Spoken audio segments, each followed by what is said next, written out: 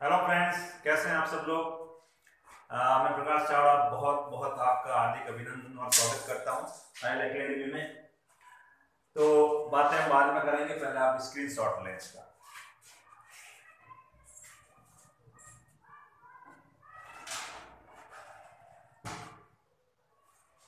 Yes, ready friends. तो आज हम वही अपनी एथिक्स की जो कड़ी है उसी कड़ी को हम मैंने बोला था ना, मोरल थिंकर्स और फिलोसोफर वाला। तो आज तीन फिलोसोफर्स हैं, इंडियन फिलोसोफर्स ही हैं। महर्षि कपिल, महर्षि पतंजलि और शंकराचार्य। इन तीनों के बारे में हम थोड़ी थोड़ी सी जानकारी। देखिए फ्रेंड्स, पूरा तो हम इनका दर्शन पढ़े तो हमें 3-4 जन्म लेने पड़े, इतना अपने पास टाइम नहीं है। मैन 4-5 बातें याद होगी तो उनको घुमा फिरा के हम 50 शब्द लिख सकते हैं, बस इतना ही याद रहे। तो ये जो कपिल का दर्शन है, फर्स्ट ऑफ ऑल हम बात करते हैं महर्षि कपिल ने क्या बोला। तो भारतीय दर्शन में जो षड दर्शन आते हैं उसमें से एक दर्शन है सांख्य दर्शन। और इस सांख्य दर्शन के जो प्रवर्तक थे वो कौन थे? कपिल मुनि। कॉलेज में मेला भी भरता, आपको पता हो। तो इस सांख्य दर्शन, फ्रेंड्स ध्यान रहे, सांख्य दर्शन के प्रवर्तक कौन थे? कपिल मुनि। तो पहली लाइन में यही लिखेंगे आप कि सांख्य दर्शन कपिल मुनि द्वारा दिया गया था। आगे कपिल मुनि क्या कहते हैं, यानी कि सांख्य दर्शन क्या कहता है? सांख्य दर्शन ये कहता है फ्रेंड्स कि ये जो पूरी सृष्टि है ये दो तत्वों से बनी हुई है। पी बोले तो मैज पी और दूसरा भी मैज पी, यानी पहले पी का मतलब है प्रकृति और दूसरे पी का मतलब है पुरुष। या यूं कहो, पहला है पुरुष और दूसरी है प्रकृति। अब पुरुष का मतलब यहाँ आदमी से नहीं है, पुरुष मतलब जो भी हम मानव है उन समस्त मानवों को पुरुष की कैटेगरी में माना अकॉर्डिंग टू दिस दर्शन। तो कपिल मुनि ये कहते हैं कि समस्त सृष्टि जो है वो दो मूल तत्वों के इर्द गिर्द घूमती है। कौन? पी एंड पी, पुरुष एंड प्रकृति। ओके, पहली लाइन तो क्या है? सांख्य दर्शन किसने दिया था? महर्षि कपिल ने। क्या दिया इन्होंने कहा भी कि ये जो सृष्टि है ये सृष्टि ओरिजिनली दो चीजों पर ही डिपेंड है। क्या है वो? प्रकृति एंड पुरुष। अब प्रकृति और पुरुष के संयोग से ही सृष्टि का विकास होता है। ये जो समस्त सृष्टि में आप विकास देख रहे हो ये पी और पी का अटैचमेंट है और कुछ भी नहीं है। अब आगे देखें, और भी कई महिमा है। ये कहते हैं विकास की इस प्रक्रिया में, कौन सा विकास? इस सृष्टि के विकास की प्रक्रिया में सबसे पहले किसका विकास हुआ? महत या बुद्धि।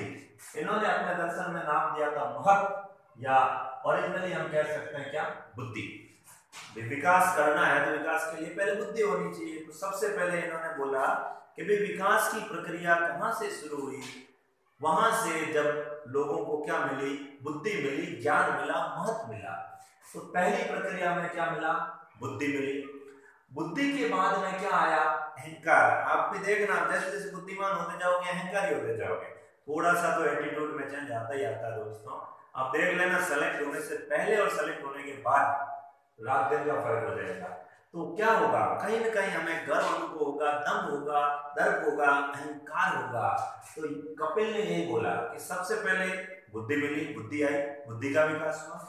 बुद्धि के बाद में अहंकार आया, और वो अहंकार भी एक रूप से आता तब तो ठीक था, तीन तरह से अहंकार आया। कौन कौन से? सत्व, रज और तमस।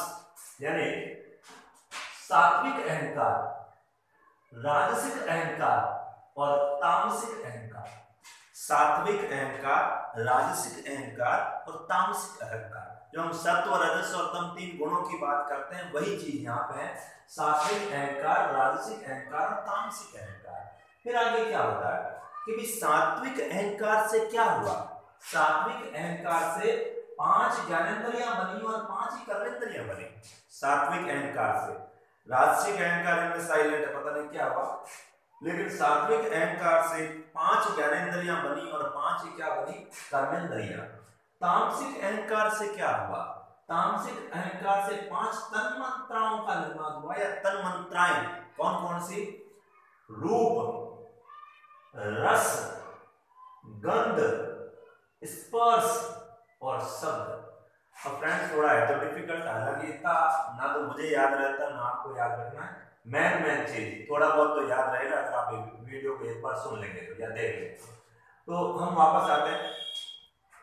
3 अहंकार, सात्विक, राजसिक और तामसिक। सात्विक अहंकार से क्या बना? 5 कर्मेंद्रिय और 5 ही ज्ञानेंद्रिय। तामसिक अहंकार से क्या बना? 5 तन्मात्राएं। तन्मात्राएं कौन कौन सी? तन्मात्राओं का मतलब जो बोलते हैं तो शरीर को, अपने मन को विचलित करती है। कौन कौन सी? रूप, स्पर्श, गंध, शब्द और क्या रह गया अपना? रस। रूप, रस, गंध, स्पर्श और शब्द। रूप, रस, गंध, स्पर्श और शब्द। रूप, रस, गंध, स्पर्श और शब्द। बोलो, रूप, रस, गंध, स्पर्श और शब्द। रूप, रस, गंध, स्पर्श और शब्द। रूप, रस, गंध, स्पर्श और शब्द। याद हो गया मुझे तो आपको मुझे बता दिया। फिर इन तन्मात्राओं से क्या हुआ? पंच महाभूतों की उत्पत्ति हुई। और ये पंच महाभूत आपको पता है, आकाश, वायु, पृथ्वी, अग्नि और जल। आकाश, वायु, पृथ्वी, अग्नि और जल, इन पंच महाभूतों का निर्माण हुआ। तो फ्रेंड्स ये मैं क्या बता रहा हूं, कंफ्यूज हो रहे होंगे। ये बेसिकली ये कह रहे हैं कि सृष्टि का निर्माण ऐसे हुआ है। कैसे? वापस देखो शुरू से।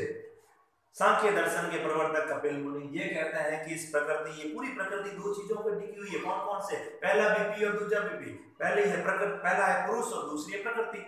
तो इस विकास के इस चरण में सबसे पहले किसका विकास हुआ? बुद्धि का। बुद्धि से क्या आया? अहंकार। अहंकार कितने प्रकार के? 3 प्रकार के, सात्विक, राजसिक और तामसिक। सात्विक अहंकार से क्या हुआ कि 5 ज्ञानेंद्रिया और 5 ही कर्मेंद्रिया। तामसिक अहंकार से क्या हुआ कि 5 तन्मात्राएं मिली। कौन कौन सी? रूप, रस, गंध, शब्द और स्पर्श। इन तन्मात्राओं से क्या हुआ? पंच महाभूत बने। पृथ्वी, जल, अग्नि, आकाश और ये क्या रह गया? वायु। आकाश, वायु, अग्नि, जल और पृथ्वी, इन पंच महाभूतों का निर्माण हुआ। और इस तरीके से संपूर्ण सृष्टि का निर्माण हुआ है अकॉर्डिंग टू मुनि कपिल। You got it? अब फिर ये और क्या कहते हैं? ये कहते हैं कि ये तो विकास का एक ऊपरी चरण, बोले तो वर्धमान चरण है। आसमान चरण की बात करें, अगर मैं रिवर्स इंजीनियरिंग करूं, यहां से यहां, यहां से यहां, यहां से यहां, यहां, वापस में कहां आ जाऊंगा?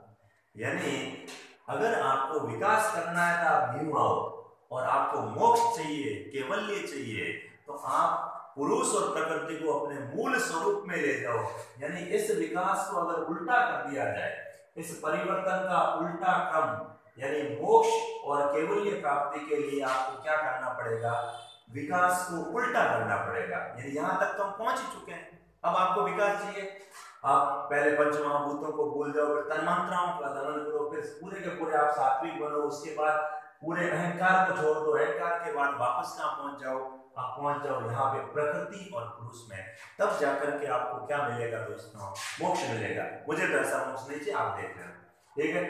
अब देखो, फिर आगे ये कहते हैं कि जो आप परिवर्तन देखते हो, ये परिवर्तन आप पे थोड़ी होता है।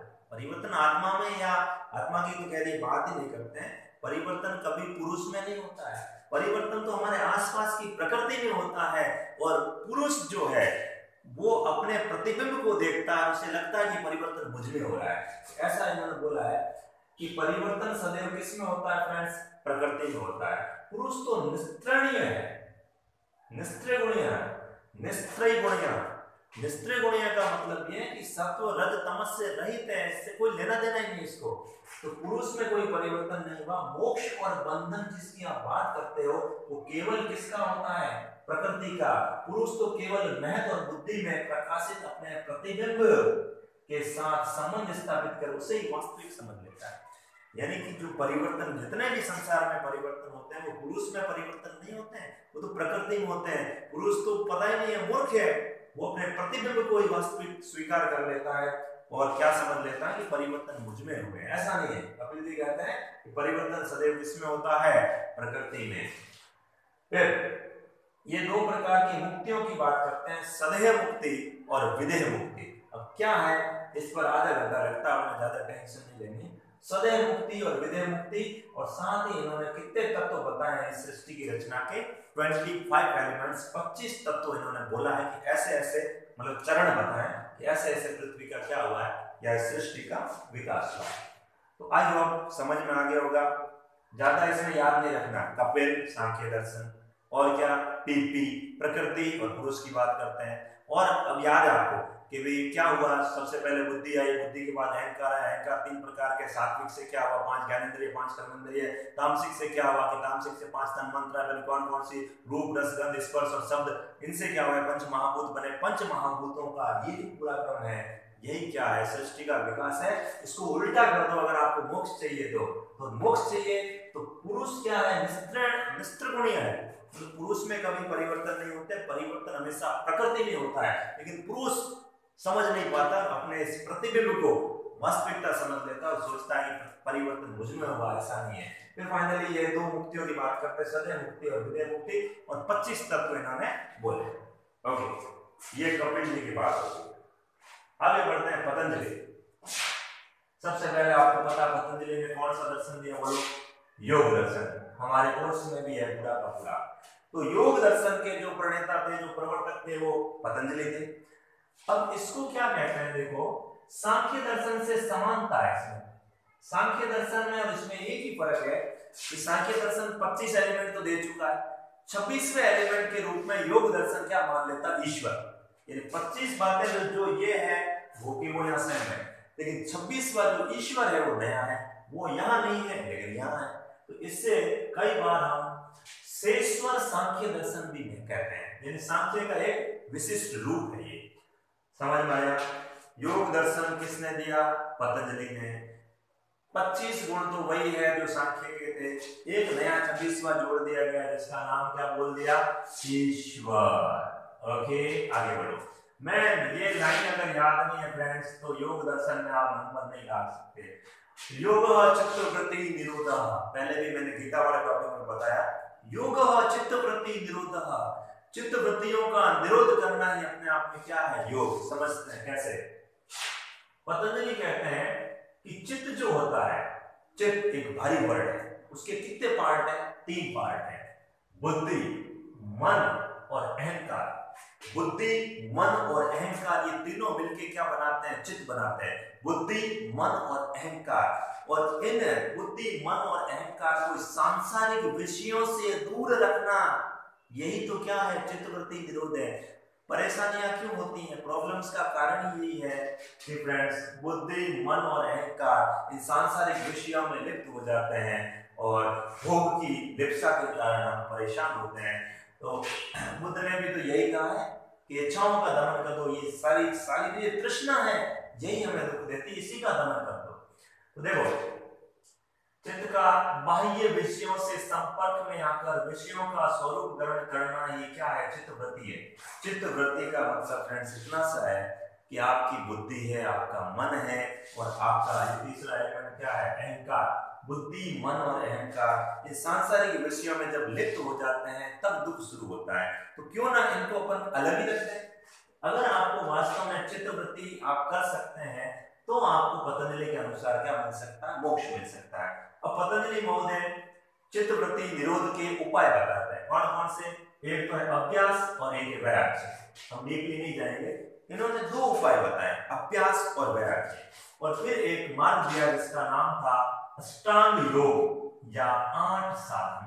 अष्टांग योग या 8 साधन, और वो हमारी अंगुलियों पे होने चाहिए, पूरा कोर्स में हमारे YNAP PPDS, sorry YNAP PDDS, YNAP PDDS, यम, नियम, आसन, प्राणायाम, प्रत्याहार, धारणा, ध्यान और समाधि। वापस बोलो, YNAP PDDS, Y मतलब यम, N मतलब नियम, P मतलब A मतलब आसन, P मतलब प्राणायाम, P मतलब प्रत्याहार, D मतलब धारणा, D मतलब ध्यान और S मतलब समाधि। धीरे धीरे याद हो जाएंगे आपको। यम, नियम, आसन, प्राणायाम और प्रत्याहार, धारणा, ध्यान और समाधि, ये 8 मार्ग जो है पतंजलि ने दिए थे अष्टांगिक योग में। तो अब इनका छोटा छोटा सा मीनिंग है, समझो। यम मतलब होता है इंद्रियों पे संयम करना, आपकी जो बाह्य इंद्रियां इनको संयमित रखना, यही यम है। नियम क्या है, सदाचार के नियमों का पालन करो, यही नियम है। आसन क्या है, अब विशेष मुद्रा में बैठकर जो हम ये प्राणायाम, सॉरी ताड़ासन, भुजंगासन, ये जो करते हैं ये सारे क्या है, आसन है। प्राणायाम क्या है? श्वास और प्रश्वास, सांस लेना और निश्वास करना, इन प्रक्रियाओं पे नियंत्रण रखना, यही प्राणायाम। प्रत्याहार क्या है? इंद्रियों को बाह्य विषयों से तो क्रॉस कर दो, यानी इंद्रियों को बाह्य विषयों से आप विरक्त होने ही मत दो, और आंतरिक अपने मन को खोजो, यानी आपकी जो इंद्रियां हैं उन इंद्रियों को बाहर जाने से तो रोक दो, और अपने आंतरिक विषयों को प्रतिलिपित कर सकते हैं, लेकिन बाह्य विषयों से लिप्त मत करो। फिर क्या आता है? धारणा, चित्त को अभिष्ट विषय, जिन विषयों पर आपने पहले विषय सोचा है यहाँ पर धारणा में, उसके बाद आप क्या प्रत्याहार में, धारणा में क्या कर रहे हो? आप उस चित्त को, बोले तो अपने चित्त को उस विषय पर पूरी तरह से क्या कर दो? फोकस कर दो, ध्यान उस विषय पर निरंतर ध्यान देते रहो। पहले फोकस किया, बार बार फोकस करो, निरंतर ध्यान देते रहो, और अंततः एक ऐसी स्थिति आएगी चित्त की एकाग्रता है, चित्त आपका पूरी तरह से एक पॉइंट पे आके एकाग्र हो जाएगा, और यही समाधि की अवस्था है। ये समाधि ही अंतिम उद्देश्य है। हम जो योग दर्शन पढ़ते हैं उसके ये 8 नियम है, 8 हमें चीजें याद रखनी है। यम नियम आसन प्राणायाम प्रत्याहार धारणा ध्यान समाधि, मुझे भी याद नहीं है, झूठ नहीं बोल रहा हूं, पर याद हो जाएंगे जब लिखेंगे तब। YNAPPDDS ये कोड वर्ड है, इसको आप लिख लें, इससे याद हो जाएगा आपका। YNAPPDDS ये पूरे के पूरे 8 नियम हमारे कंठस्थ होने चाहिए योग दर्शन पूरा कोर्स में हमारे। ओके फ्रेंड्स, कपिल जी निबड़ गए, पतंजलि निबड़ गए। नेक्स्ट आते हैं आपके कौन? शंकर। शंकर को तो जानते ही आप, क्या बोला शंकर क्या कहते हैं? अद्वैत वेदांत के प्रतिपादक है। शंकर कहते हैं कि जो कुछ भी दिखता है वो ब्रह्म है, ईश्वर अलग नहीं है और मनुष्य अलग नहीं है, मनुष्य ईश्वर है और ईश्वर ही मनुष्य है। अद्वैत कोई इनमें द्वैत नहीं है, दोनों एक ही आइटम है। बोले तो अद्वैत वेदांत किसने दिया? शंकर ने। इन्होंने सभी तत्वों को नकार दिया। कौन कौन से? इन्होंने कहा कोई जगत वगत नहीं है, कोई जीव नहीं है, कोई आत्मा नहीं है, तो सब फर्जी बात है। इन्होंने कहा कि जो कुछ भी दिखता है वो सब ब्रह्म है, अहम ब्रह्मास्मि, ब्रह्म केवल परम तत्व, और इसी पर इन्होंने क्या किया? फोकस किया। ब्रह्म ही सब कुछ है। ये सबसे संसार के सबसे गूढ़ दर्शनों में से एक है शंकर का अद्वैतवाद। इन्होंने बोला कि मनुष्य जो है, ये मनुष्य का जो चरण है वो बेसिकली इन स्टेप से जाता है। कैसे? काल्पनिक, व्यवहारिक और पारमार्थिक। इन सबसे पहले मनुष्य कल्पनाओं में जीता है, धीरे धीरे जब बड़ा होता है, ज्ञान प्राप्त होता है, तो उनको व्यवहार में कुछ चीजें झलकती है, उनसे वो सीखता है, और फाइनली उसे पता चलता है कि मेरा जन्म इसलिए नहीं हुआ है, मुझे तो परम ब्रह्म चाहिए, मुझे पारमार्थिक सत्ता की प्राप्ति करनी है। तो याद रखना, के से बी में और बी से पी में, ऐसे हमारा विकास होता है। कैसे? काल्पनिक, व्यवहारिक और पारमार्थिक रास्तों से गुजरते हुए सृष्टि का विकास होता है। कि जैसे जैसे ज्ञान का स्तर बढ़ता है, संसार के मिथ्यात्व का एहसास होता है। जैसे जैसे हम बड़े होते हैं हमें लगता है संसार तो मिथ्या है। आप खुद देख लेते हैं, अपने ऊपर अप्लाई कर सकते हैं। हमें भी धीरे धीरे, क्या आज भी आप वो नौका बना के पानी में चलाते हैं?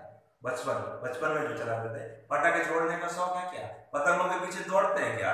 तो ये सारी चीजें अब हमें मिथ्या लगने लग गई, क्योंकि हमारी जो प्रेफरेंस है वो बदलती गई। हम खुद को बहुत ज्यादा विकसित समझने लग गए।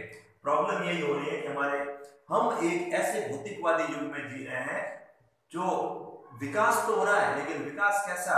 सुख को पीछे छोड़ते हुए हम दुखवादी विकास की ओर जा रहे हैं। मेरा यही मानना, बाकी आप देख रहे हैं। क्योंकि जैसे जैसे हम ज्यादा समझदार बनते जा रहे हैं, अपना ही देख लें, समझदार बनते हैं तो हर जगह समझदारी दिखाते हैं, और हर जगह समझदारी दिखाते हैं तो हम चीजों का आनंद नहीं ले पाते हैं। हम एक काल्पनिक जगत में, एक फॉर्मेलिटी की जगत में जीते हैं, और ये फैक्ट बात है। जैसे जैसे ज्ञान का स्तर बढ़ता है, लगता है संसार मिथ्या है, लेकिन जब संपूर्ण रूप से वो जान लेता है तो अंततः वह इस ब्रह्म में ही विलीन हो जाता है। सब कुछ ब्रह्म है, ये पृथ्वी भी ब्रह्म है। वो कहता है कि मनुष्य आके फालतू के झंझटों में क्यों पड़ता है? इसका कारण है माया या अविद्या, ज्ञान नहीं है उसे। यही हमें ब्रह्म से इतर ले जाते हैं, ब्रह्म से परे, उस परम सत्ता से दूर ले जाने का काम कौन करता है? ये माया या फिर ये अविद्या। तो इस अविद्या या माया को आप कैसे हटा सकते हो? जब ज्ञान प्राप्त करो।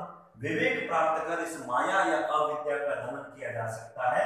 साथ ही इन्होंने ये कहा कि जगत की विविधता की व्याख्या कर अंततः इन्होंने क्या किया, एक तत्व स्थापित किया। और ब्रह्म की व्याख्या करने में इन्होंने कोई महिला या पुरुष का नाम नहीं लिया। इससे ये भी झलकता है कि इन्होंने लिंग समानता पे जोर दिया है। परमार्थ सत्य का रास्ता व्यवहारिक सत्य से ऊपर जाता है। देखो यहां से यहां जाना है तो आपको पहले व्यवहार में आना पड़ेगा। तो ये इनका ये जो रास्ता है वो बेसिकली ये बता रहा है कि संसार में आए हो तो संसार के कर्तव्यों को डट के करो और उसके बाद आपको जो भी करना वो करना, लेकिन पहले सांसारिक कार्यों को तन मन और धन से करो, क्योंकि काल्पनिक से सीधे आप पारमार्थिक में नहीं जा सकते। आपको व्यवहार में चीजें लानी पड़ेगी, कर्म करने पड़ेंगे। तो ये है फ्रेंड्स तीनों दर्शन। मैं ज्यादा इनको समझाना क्या है फ्रेंड्स, याद करना पड़ेगा। अब एक बार पढ़ लेंगे ना या इनको नोट कर लेंगे तो याद हो जाएगी चीजें, कोई डिफिकल्ट नहीं है। मैं अपने तीनों को लिख सकता हूँ क्योंकि मुझे पहले लिखा हुआ था, फिर मैंने यहाँ लिखा, मैंने बोल दिया, मेरे ये चीजें क्लियर हो गई। तो आप भी इनको सुने एक बार, दो बार, तीन बार, आखिर कहाँ जाएगी चीजें तो फिक्स है। और इससे ज्यादा आपको इनके बारे में जानने की कोशिश मत करना। इन तीनों को अगर आप जानना ही चाहते हैं तो आपको 9 जन्म लेने पड़ेंगे, 3 इसके, 3 इसके और 3 इसके। मंजूर हो तो देख लेना, नहीं तो ये मैटर सफिशिएंट है, आगे इच्छा आपकी। Okay bye, take care.